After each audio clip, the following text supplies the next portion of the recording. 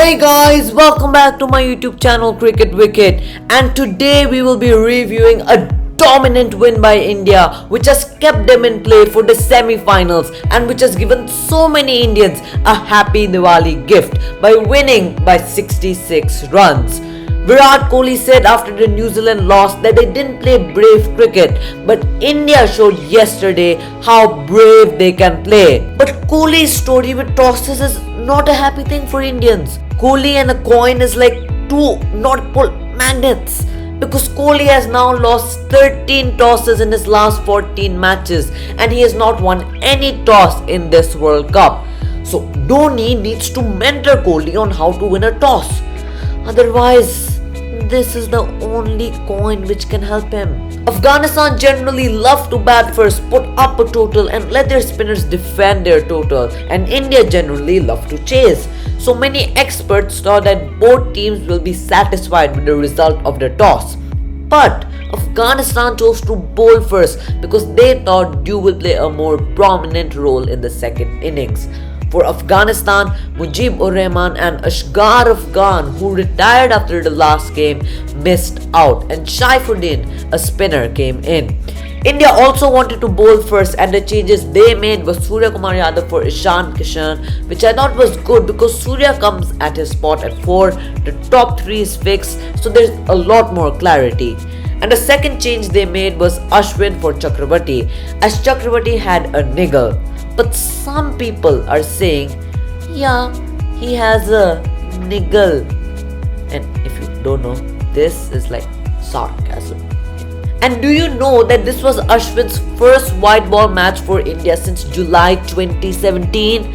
But he was selected because he was performing well in the IPL. India especially needed to win big against Afghanistan, because not only will India's net run rate increase, Afghanistan's will decrease, and there is a massive chance that India will be competing with Afghanistan's net run rate. So India need a massive win, and well, massive is what they got. Afghanistan started the innings with spin as Rohit was generally a slow starter against them, but today he was in a different mood. And when Rohit and Rahul get going, no matter who you support, you love how they play and the way they play. Rohit especially was seen with a lot of intent. And can you believe that Rohit's highest score in his last 10 T20 international innings before this was below 40? With that kind of caliber, you don't expect that from him. But all the Indian haters had to shut their mouth and hide for this match because of the kind of innings Rohit played. And even one of the Afghani fielder loved the way Rohit was batting, that when he had a chance to stop Rohit's boundary, he carried the ball to the boundary and pretended, oh, it was a misfield. Take a look. Cut away. Does it go to the boundary? Will be cut off. Oh no! Will be cut off and then carried into the boundary. But if you analyze parts of the game, you will realize that Afghanistan bowled pretty well too. After the 5th over, Afghanistan pulled things back, not allowing a boundary for 20 balls. They also bowled many slower short balls to Rohit Sharma, who struggled to connect those. But after the 11th over, India were 91 without loss and they needed to step the gears, and that's what both batsmen did. After the 11th over, carnage by the Indian batsmen, both Rohit and Rahul were the aggressors. They scored their 4th 100-run partnership in T20 internationals. Part of that was also because they were taking on Rashid Khan, who generally teams play out him. But Rashid Khan in this match went for 36 runs in his 4 overs without picking up a wicket, which is rare to see from him. But after Rohit got out, the question was, who will India send? And they sent Pant. Kohli has the cover drive, Rohit has the pull shot, Maxwell has the reverse sweep, and Pant has the one-handed shot, because he once again hit 2 one-handed sixes in a row. Yeah, he does. That one-handed shot once again. 6 runs since the change in the order. And here are 2 shots. Bang, bang, 6-6. That sent them back on their way. Hardik Pandya also played brilliantly, scoring 35 of 13 balls. And if you missed the match, Watch the You highlights. can watch it sail over. India scored 65 of the last 4 overs to put on a mammoth 210, which was the highest score in this World Cup. The previous highest total in this World Cup was 190 runs by Afghanistan. So Afghanistan would go back to the dressing room hoping that the number 2 comes in the middle.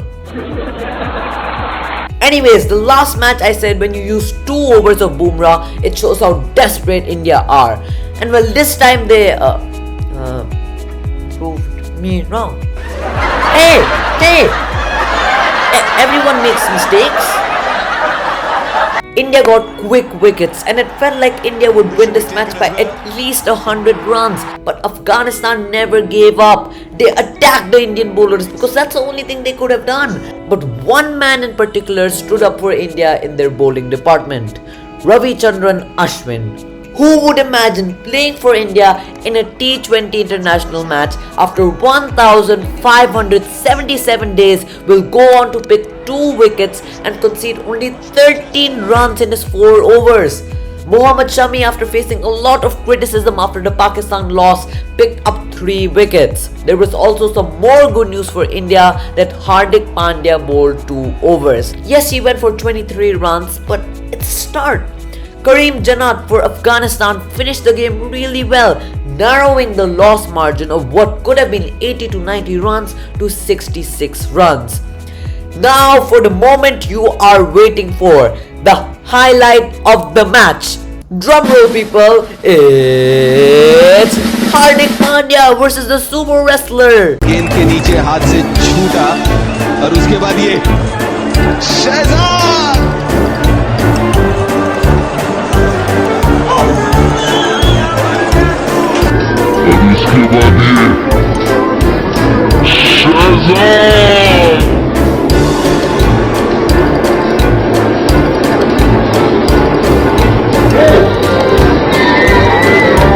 Talking about another aspect of Indian cricket, it is confirmed that Ravi Shastri will step down after this T20 World Cup as India's head coach, and Rahul Dravid has been named his successor. There were rumors of this for the past few months, but let's hope that it's all for the best. So that means Ravi Shastri and Kohli together have one last task: to win the T20 World Cup for India. India's next match is against Scotland, which is tomorrow. Shardul Thakur has not been effective for India in his 2 matches, so Bhuvneshwar Kumar is always an option. Other than that, India looks a settled side and will hope that they win against Scotland by a massive margin, because Scotland is one of the weakest sides in this World Cup. So that's it for today's video. I made your Diwali by making this video for you. So please make my Diwali by liking the video, sharing it and subscribing to the channel if you're new here. Tata and adios.